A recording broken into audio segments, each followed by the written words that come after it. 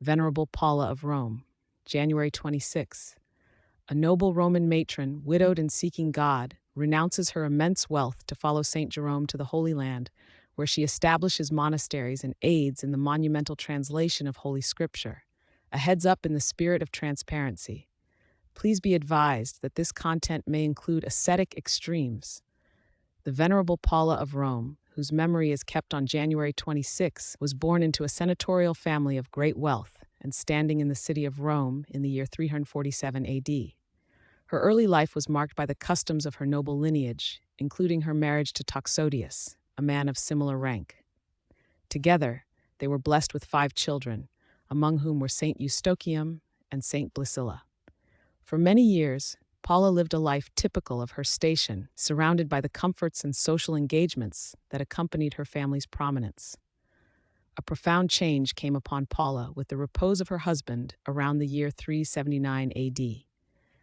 This loss led her to a deep introspection concerning the purpose of life and the path to salvation. She resolved to dedicate the remainder of her days entirely to God. It was during this period that Saint Jerome arrived in Rome from the East in 382 AD, bringing with him the spiritual wisdom and ascetic fervor of the Desert Fathers. Paula sought his spiritual direction, and under his guidance, her home on the Aventine Hill transformed from a center of Roman society into a place of intense scriptural study and ascetic practice. She gathered around her a group of women who, like her, sought to live a life devoted to prayer and the study of the Holy Scriptures. When Saint Jerome decided to depart from Rome in 385 AD, Paula, moved by a profound desire to follow Christ more perfectly, made the decision to accompany him. Her daughter, Eustochium, joined her in this resolve.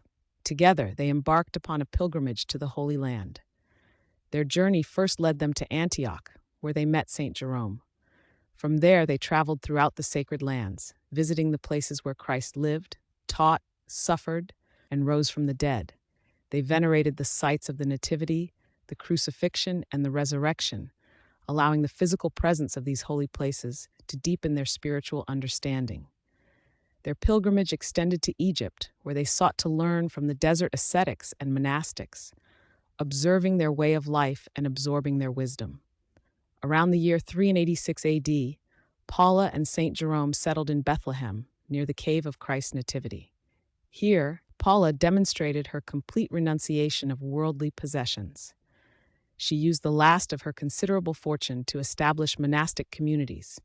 She founded a monastery for men, which Saint Jerome directed, and 3 convents for women, over which she herself presided as abbess. These communities were structured around a life of constant prayer, manual labor, and diligent study of the Holy Scriptures. Paula ensured that the monastics lived according to strict ascetic rules, fostering an environment conducive to spiritual growth and devotion to God. Paula's contribution to the Church extends significantly through her support for Saint Jerome. Her financial generosity provided the means for Saint Jerome to pursue his scholarly work without worldly distraction. More than this, Paula and her daughter Eustochium became his invaluable scholarly assistants. Fluent in Greek and possessing a proficiency in Hebrew, they aided him in the monumental task of translating the Old and New Testaments into Latin, a work that would become known as the Vulgate. Their linguistic skills and dedication were crucial to this endeavor, which provided the Western Church with a unified and authoritative Latin text of the Holy Scriptures for centuries. After nearly 2 decades of intense asceticism, charitable work, and devoted service in Bethlehem, the Venerable Paula reposed in the Lord in the year 404 AD.